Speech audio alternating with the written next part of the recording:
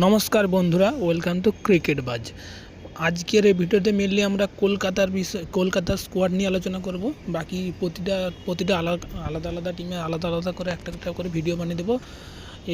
IPL 2025-এ যে auction 24 আর 25 তারিখ, অর্থাৎ কালকে আর আজকে, যেটা এই কিছুক্ষণ আগে যেটা সম্পূর্ণ হলো, সেটাতে কলকাতা নাইট রাইডার্সের কেমন স্কোয়াড হয়েছে। প্রায় 21 জনের স্কোয়াড তৈরি করেছে একটা কলকাতা।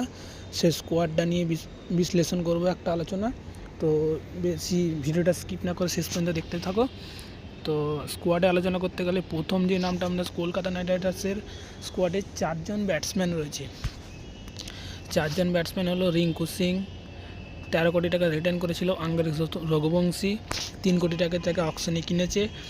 অজিঙ্কা রাহানে 1.5 কোটি টাকা বেস্ট প্রাইজে তাকে নিয়েছে কলকাতা নাইট রাইডার্স। মনীষ পান্ডে তার 75 লাখ বেস্ট প্রাইজে কলকাতা, তার ঘরের ছেলে 2014 সালের ট্রফি জয়ের অনেকটাই বড় অবদান ছিল মনীষ পান্ডে, তাকেও কলকাতা ফিরিয়েছে। এই 4 জন ব্যাটসম্যান কলকাতা স্কোয়াডে আছে। তো ব্যাটসম্যানের পর উইকেট কিপার বলতে 3 জন উইকেট কিপার কলকাতা সাইনিং করেছে। 3 জন উইকেট কিপার হলো লুবনীত সিসোডিয়া, কুইন্টন ডিকক এবং রহমতুল্লাহ গুরবাজ। এই গুরবাজ 2 কোটি টাকা ভিত্তিমূল্যে, কুইন্টন ডিকক ভালো সাইনিং একটা 3 কোটি 60, আর লুবনীত সিসোডিয়া 30 লাখ টাকা ভিত্তিমূল্যে।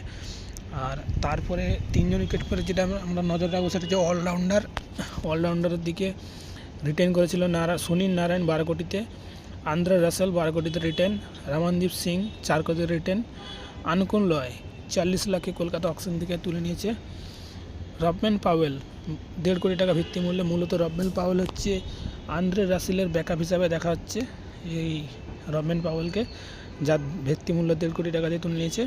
তারপরে নামটা হলো expensive man KKR guys Venkatesh Iyer. হ্যাঁ বন্ধুরা, প্রায় 14 কোটি টাকা দিয়ে কলকাতা ভেঙ্কটেশ আয়ারকে ফিরিয়ে এনেছে। তো দেখা যাক ভেঙ্কটেশ পারফরমেন্স কেমন করে আইপিএল 2025-এ। তার পরবর্তী যে অলরাউন্ডারটা, সেটা হলো মঈন আলী। হ্যাঁ বন্ধুরা, মঈন আলীকেও কলকাতা লাস্টে সাইনিং করে নিয়েছে। মূলত সুনীল নারায়ণের ব্যাকআপ হিসাবে সাইনিং করেছে মঈন আলীকে।